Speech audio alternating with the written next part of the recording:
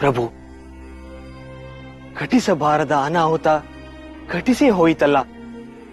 ಈ ನಿಮ್ಮ ದುಃಖ ತುಂಬಿದ ಕಣ್ಗಳನ್ನು ಎದುರಿಸುವ ಶಕ್ತಿ ನನಗಿಲ್ಲ. ಏನು ಮಾಡಲಿ ದೇವರ್ಷಿಗಳೇ, ನಾನು ಅಸಹಾಯಕನಾಗಿದ್ದೇನೆ. ನನ್ನ ದೇವಿಗಾಗಿ ಇನ್ನೆಲ್ಲಿ ಹುಡುಕಲಿ ಎಂಬುದೇ ನನಗೆ ತೋಚುತ್ತಿಲ್ಲ. ಪ್ರಭು, ಇದಕ್ಕೆಲ್ಲ ಕಾರಣ ಆ ಭೃಗು ಮಹರ್ಷಿಗಳು. ಹೀಗೆಲ್ಲ ನಡೆಯುತ್ತದೆ ಎಂದು ಮೊದಲೇ ತಿಳಿದಿದ್ದರೆ ಅವರನ್ನು ಇಲ್ಲಿಗೆ ಬರದಂತೆ ತಡೆಯುತ್ತಿದ್ದೆ. ಆದರೆ ಪರಿಸ್ಥಿತಿ ನಿಯಂತ್ರಣ ಮೀರಿ ಹೋಗಿದೆ ಅಲ್ಲವೇ? ಘಟಿಸಿ ಹೋದ ಘಳಿಗೆಯನ್ನು ನೆನೆದು ಯಾವ ಪ್ರಯೋಜನವೂ ಇಲ್ಲ. ಆದರೆ ಮುಂದಿನ ದಾರಿ ಏನೆಂಬುದನ್ನು ಯೋಚಿಸಲು ನಾನು ಅಶಕ್ತನಾಗಿದ್ದೇನೆ. ಆಷಾಢ ಏಕಾದಶಿಯಾದುದರಿಂದ ಭಕ್ತರೆಲ್ಲರೂ ಸೇರಿ ನನ್ನನ್ನು ನಿದ್ರೆಗೆ ಜಾರುವಂತೆ ಮಾಡುತ್ತಿದ್ದಾರೆ.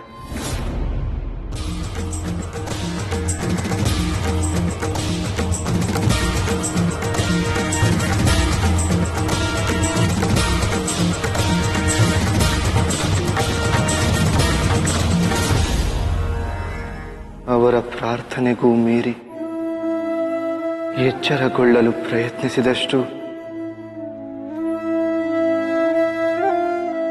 ನಾನು ಸೋಲುತ್ತಿದ್ದೇನೆ ದೇವರ್ಷಿಗಳೇ. ಪ್ರಭು, ಈ ಪರಿಸ್ಥಿತಿಯಲ್ಲಿ ನಾನು ನಿಮಗೆ ಹೇಗೆ ಸಹಾಯ ಮಾಡಲಿ? ಎಲ್ಲಾ ದೇವಾನುದೇವತೆಗಳು ಭಕ್ತರ ಪ್ರಾರ್ಥನೆಯಲ್ಲಿ ಬಂದಿಗಳು. ಭಕ್ತರ ಪ್ರಾರ್ಥನೆಗೆ ಮಣಿಯುವುದು ಬಿಟ್ಟು ಅನ್ಯ ಮಾರ್ಗವೇ ಇಲ್ಲ. ನೀವಿನ್ನು ಎಚ್ಚರವಿರುವುದಕ್ಕೆ ಯಾವುದೇ ಉಪಾಯವಿಲ್ಲವೇ? ಕಣ್ಣು ತೆರೆಯಲು ನನ್ನಿಂದಾಗುತ್ತಿಲ್ಲ. ಆದರೆ ನಾನು ಎಚ್ಚರವಾಗಬೇಕು. ಪ್ರಭು, ಸಾಧ್ಯವಾಗುತ್ತಿಲ್ಲ ದೇವರ್ಷಿಗಳೇ. ಪ್ರಭು, ದೇವರ್ಷಿಗಳೇ, ದೇವರ್ಷಿಗಳೇ. ಅಯ್ಯೋ ಅಯ್ಯೋ, ಪ್ರಭು ನಿದ್ರೆಗೆ ಜಾರಿಯೇ ಬಿಟ್ಟರಲ್ಲ. ಇನ್ನವರು ಎಚ್ಚರವಾಗುವುದು ಕಾರ್ತೀಕ ಏಕಾದಶಿ ಎಂದೇ.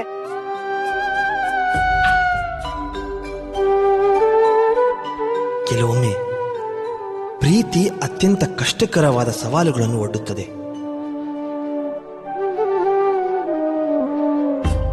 ಮಹಾವಿಷ್ಣುವಿನ ಪರಿಸ್ಥಿತಿ ಕಲ್ಪನೆಗೂ ಮೀರಿದ್ದು. ಮಾತೆ ಲಕ್ಷ್ಮೀದೇವಿ ಮಹಾವಿಷ್ಣುವನ್ನು ತೊರೆದು ಹೋಗಿದ್ದಾರೆ. ಭಕ್ತರ ಪ್ರಾರ್ಥನೆಗೆ ಮಣಿದು ಮಹಾವಿಷ್ಣು ನಿದ್ರೆಗೆ ಜಾರಲೇಬೇಕಿತ್ತು. ಕಾರ್ತೀಕ ಏಕಾದಶಿಯವರೆಗೂ ಹೀಗೆ ಶಯನಾವಸ್ಥೆಯಲ್ಲಿ ಇದ್ದು ಮಹಾವಿಷ್ಣುವನ್ನು ಭಕ್ತರೆಲ್ಲ ಆರಾಧಿಸಿ ಎಚ್ಚರಗೊಳಿಸಿದರು. ಎಚ್ಚರಗೊಂಡ ಬಳಿಕ ಮಹಾವಿಷ್ಣು ಲಕ್ಷ್ಮೀದೇವಿಗಾಗಿ ಬಹಳಷ್ಟು ಹುಡುಕಾಡಿದರು. ಇಡೀ ಬ್ರಹ್ಮಾಂಡದ ಮೂಲೆ ಮೂಲೆ ಅಲೆದರು. ಆದರೆ ಮಾತೆ ಲಕ್ಷ್ಮೀದೇವಿ ಎಲ್ಲೂ ಸಿಗಲೇ ಇಲ್ಲ. ಹೀಗೆ ಕಾಲಗಳು ಉರುಳಿದವು. ಸಮಯ ಮುಂದಕ್ಕೆ ಸಾಗುತ್ತಿದ್ದಂತೆ ಯಾರ ಕಲ್ಪನೆಗೂ ನಿಲುಕದ ನವೀನ ಘಟನೆಗಳು ಸೃಷ್ಟಿಯಲ್ಲಿ ಜನ್ಮ ತಾಳಲು ಆರಂಭಿಸಿದವು. ಅಪ್ಪಾಜಿ, ಅಪ್ಪಾಜಿ,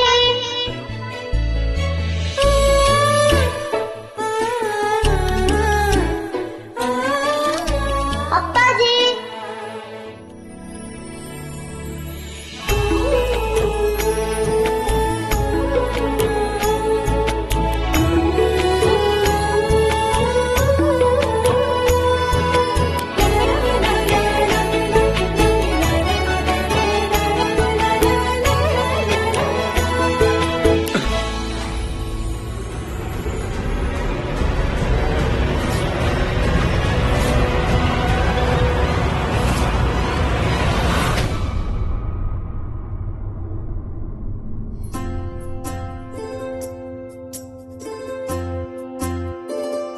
ಮಗಳೇ, ಏಕೆ ಹೀಗೆ ನೀನು ನನ್ನ ಧ್ಯಾನವನ್ನು ಭಂಗಗೊಳಿಸುತ್ತಿರುವೆ?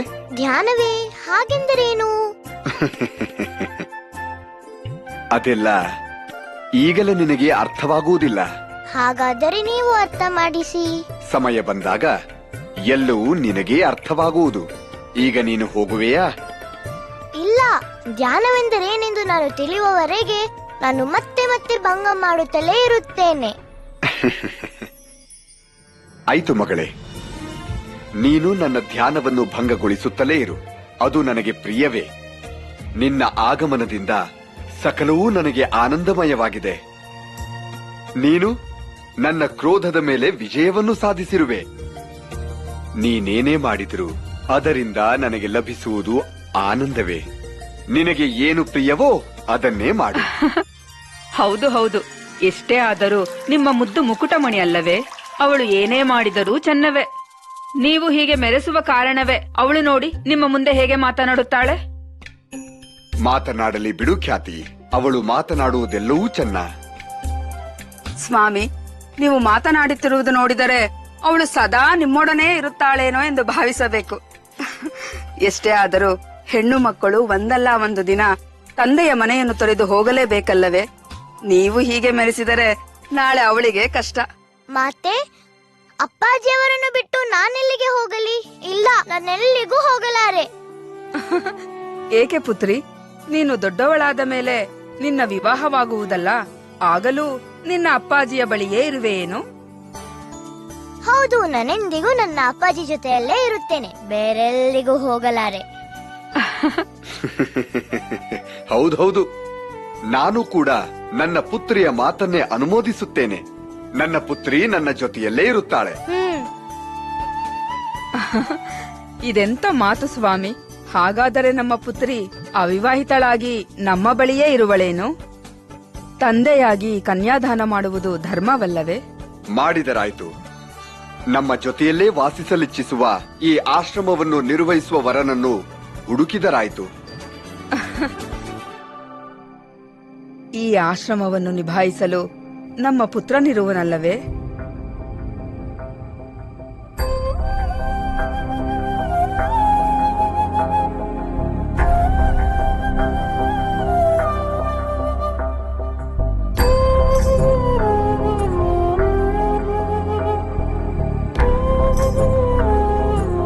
ಇದ್ದಾನೆ.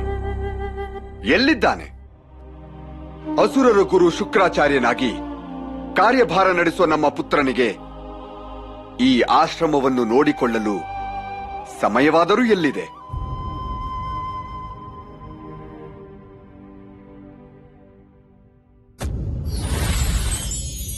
ದೇವರ್ಷಿಗಳೇ,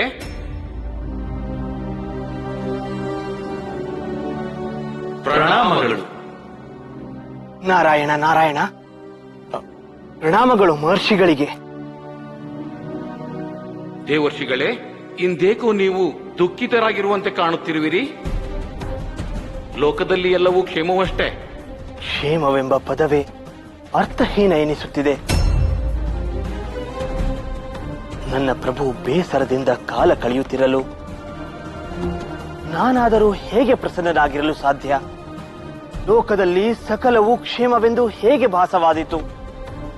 ಮಹಾವಿಷ್ಣು ಲಕ್ಷ್ಮೀ ದೇವಿಯನ್ನು ಹುಡುಕದ ದಿನವಿಲ್ಲ, ಹುಡುಕದ ಸ್ಥಳವಿಲ್ಲ. ವಿಷ್ಣುದೇವನ ನೋವನ್ನು ನಾವು ಬಲ್ಲೆವು.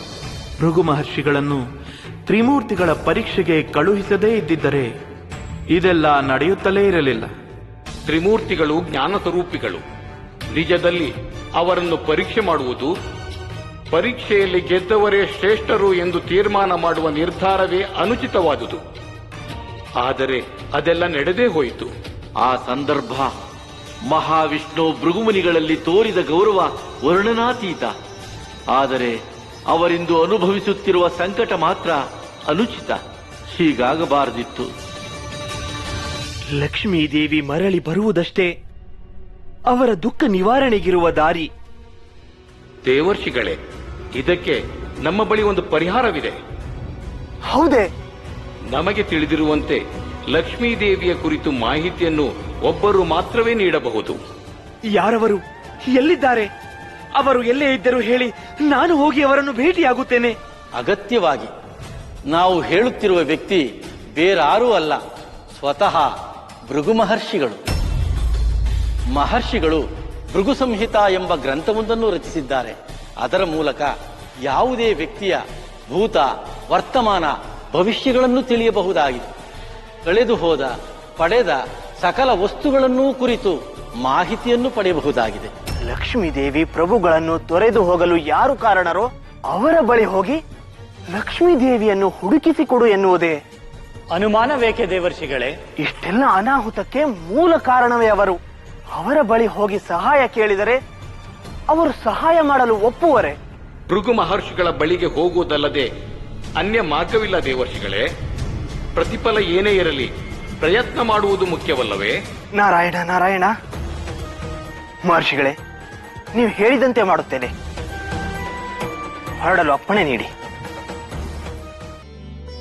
ಮಕ್ಕಳೇ, ಜಗತ್ತಿನಲ್ಲಿ ಸಮಸ್ತ ಬ್ರಾಹ್ಮಣರು ಭೃಗು ಸಂಹಿತೆಯನ್ನು ಅಧ್ಯಯನ ಮಾಡಬೇಕೆಂಬುದೇ ನನ್ನಿಚ್ಛೆ. ನಾರಾಯಣ ನಾರಾಯಣ. ಓ ದೇವರ್ಷಿಗಳೇ,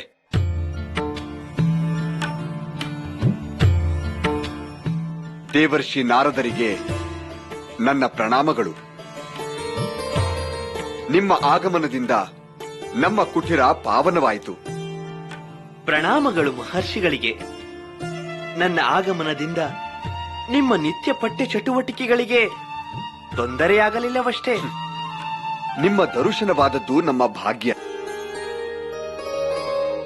ಮಕ್ಕಳೇ, ದೇವರ್ಷಿ ನಾರದರು ಆಗಮಿಸಿದ್ದಾರೆ. ನೀವು ಹೋಗಿ ವಿಶ್ರಾಂತಿ ಪಡೆಯಿರಿ. ಮಹರ್ಷಿಗಳೇ, ನಿಮ್ಮನ್ನು ನೋಡುತ್ತಿದ್ದರೆ ನೀವು ಹಿಂದಿನಂತಿಲ್ಲ ಎನಿಸುತ್ತದೆ. ಅಥವಾ ಇಂದೇನಾದರೂ ವಿಶೇಷವೇ? ತಾವು ಬಹಳ ಪ್ರಸನ್ನರಾಗಿ ಕಾಣುತ್ತಿರುವಿರಿ. ಅಕ್ಷರಶಃ ನಿಜ ದೇವರ್ಷಿಗಳೇ. ನನ್ನ ಪುತ್ರಿ ಜನಿಸಿದ ಮೇಲೆ ನನಗೆ ಪ್ರತಿ ದಿನವೂ ವಿಶೇಷವಾದ ದಿನವೇ. ಆಕೆಯ ಆಗಮನದಿಂದ ನನ್ನ ಬದುಕಲ್ಲಿ ಬಹಳಷ್ಟು ಬದಲಾವಣೆಗಳಾಗಿವೆ. ಪ್ರತಿದಿನ ಪ್ರತಿ ಕ್ಷಣ ನಾನು ಹೀಗೆ ಪ್ರಸನ್ನನಾಗೇ ಇರುತ್ತೇನೆ. ಈ ಜಗತ್ತೇ ನನಗೆ ಆನಂದಮಯವಾಗಿದೆ. ಆಕೆ ನನ್ನ ಬದುಕಿನ ಪರಿಭಾಷೆಯನ್ನೇ ಬದಲಾಯಿಸಿ ಬಿಟ್ಟಿದ್ದಾಳೆ. ದೇವರ್ಷಿಗಳೇ, ದಯಮಾಡಿ ಆಗಮಿಸಿ. ನನ್ನ ಪುತ್ರಿಯನ್ನು ಗುಣಗಾನ ಮಾಡುತ್ತಾ ಹೊರಟರೆ ಅದಕ್ಕೆ ಎಣೆಯೇ ಇಲ್ಲ. ದೇವರ್ಷಿಗಳೇ, ಅಂದ ಹಾಗೆ ನೀವು ಇಲ್ಲಿಯವರೆಗೆ ಬಂದಿರುವುದು ಯಾವ ಕಾರ್ಯಕ್ಕಾಗಿ? ನನ್ನಿಂದೇನಾದರೂ ಸಹಾಯವಾಗಬೇಕಾಗಿತ್ತೇ? ಹೌದು ಮಹರ್ಷಿಗಳೇ, ನಿಮ್ಮಿಂದ ನನಗೊಂದು ಸಹಾಯವಾಗಬೇಕಾಗಿತ್ತು. ನಿಮಗೆ ಸಹಾಯ ಮಾಡುವುದು ನನ್ನ ಧರ್ಮವು ಪುಣ್ಯವೂ ಹೌದು ಎಂದು ತಿಳಿದು ನಾನು ಮಾಡುತ್ತೇನೆ. ಅದೇನೆಂದು ಹೇಳಿ ದೇವರ್ಷಿಗಳೇ. ಲಕ್ಷ್ಮೀ ದೇವಿ ವೈಕುಂಠ ತೊರೆದು ಕಾಲಗಳೇ ಕಳೆದಿವೆ. ಸಾಕ್ಷಾತ್ ಮಹಾವಿಷ್ಣುವಿನ ಕೈಯಲ್ಲೂ ಅವರನ್ನು ಹುಡುಕಲು ಸಾಧ್ಯವಾಗಲಿಲ್ಲ. ಆದರೆ ಅದು ನಿಮ್ಮಿಂದ ಸಾಧ್ಯವೆಂದು ತಿಳಿಯಿತು. ಅದಕ್ಕೆ ನಿಮ್ಮ ನರಸಿ ಇಲ್ಲಿಗೆ ಬಂದೆ. ಮಹರ್ಷಿಗಳೇ, ದಯಮಾಡಿ ಲಕ್ಷ್ಮೀ ದೇವಿಯನ್ನು ಹುಡುಕುವುದರಲ್ಲಿ ಸಹಾಯ ಮಾಡಿ.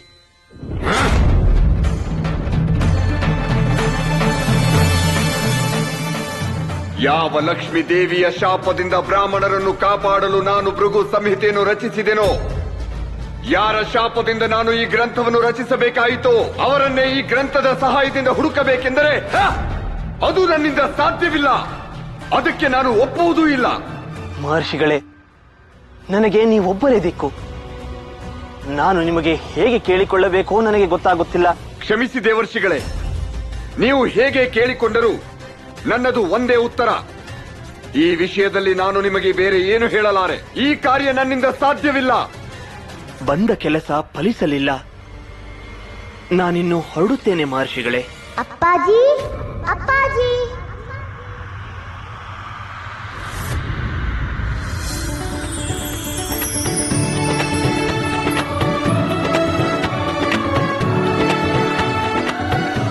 ಅಪ್ಪಾಜಿ, ಹೇಳು ಮಗಳೇ. ನಾನು ಪಕ್ಷಿಗಳಿಗೆ ಆಹಾರವನ್ನು ನೀಡಲೇ? ಹೋಗು.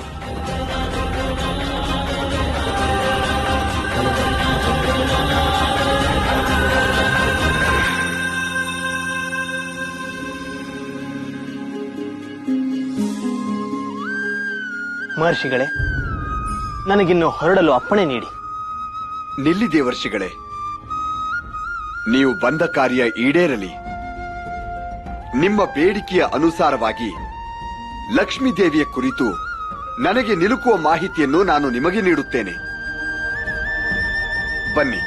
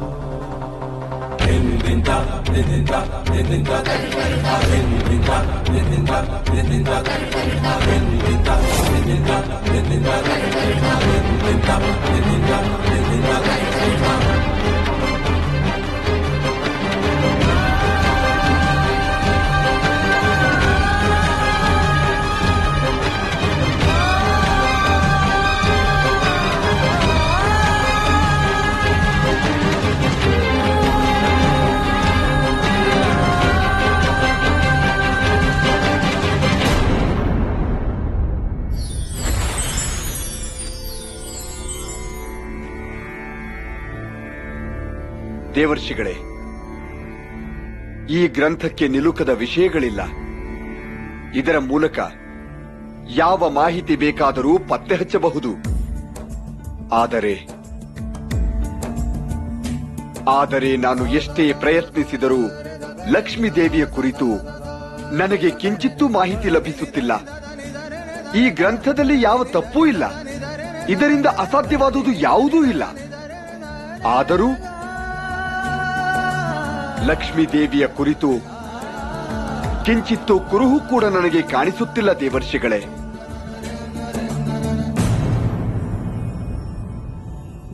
ನಾರಾಯಣ ನಾರಾಯಣ, ನೀವೇ ಹೀಗೆಂದರೆ ಇನ್ನೇನು ದಾರಿ ಮಹರ್ಷಿಗಳೇ? ಲಕ್ಷ್ಮೀ ದೇವಿ ತಮ್ಮ ಮನಸ್ಸನ್ನು ಬದಲಾಯಿಸಿಕೊಳ್ಳುವುದೊಂದೇ ದಾರಿ. ಅವರು ದೈವತ್ವದಿಂದ ಕೂಡಿರುವುದರಿಂದ ಅವರನ್ನು ಅವರೇ ಮರೆಮಾಡಿಕೊಂಡಿದ್ದಾರೆ. ಆದ್ದರಿಂದ ಅವರ ಸ್ವಯಂ ಪ್ರೇರಣೆಯಿಂದ ಅವರು ಪ್ರಕಟವಾಗದೆ ಯಾರಿಂದಲೂ ಅವರನ್ನು ಪತ್ತೆ ಹಚ್ಚಲು ಸಾಧ್ಯವಾಗುತ್ತಿಲ್ಲ. ಇಲ್ಲವಾಗಿದ್ದರೆ ಇಷ್ಟು ಹೊತ್ತಿಗೆ ನನ್ನ ಗ್ರಂಥದ ಮುಖಾಂತರ ಎಲ್ಲ ಮಾಹಿತಿಯೂ ಕೂಡ ಲಭ್ಯವಾಗುತ್ತಿತ್ತು. ಹಾಗಾದರೆ ಈಗೇನು ಮಾಡುವುದು? ಬೇರೆ ಏನು ಉಪಾಯವೇ ಇಲ್ಲವೇ ಮಹರ್ಷಿಗಳೇ? ದೇವರ್ಷಿಗಳೇ, ಸಾಕ್ಷಾತ್ ಮಹಾವಿಷ್ಣುವೇ ಇಲ್ಲವೇ? ಅವರು ದೈವತ್ವವನ್ನು ಹೊಂದಿರುವವರು. ಅವರು ಇಚ್ಛಿಸಿದರೆ ಅಸಾಧ್ಯವಾದುದು ಯಾವುದೂ ಇಲ್ಲ.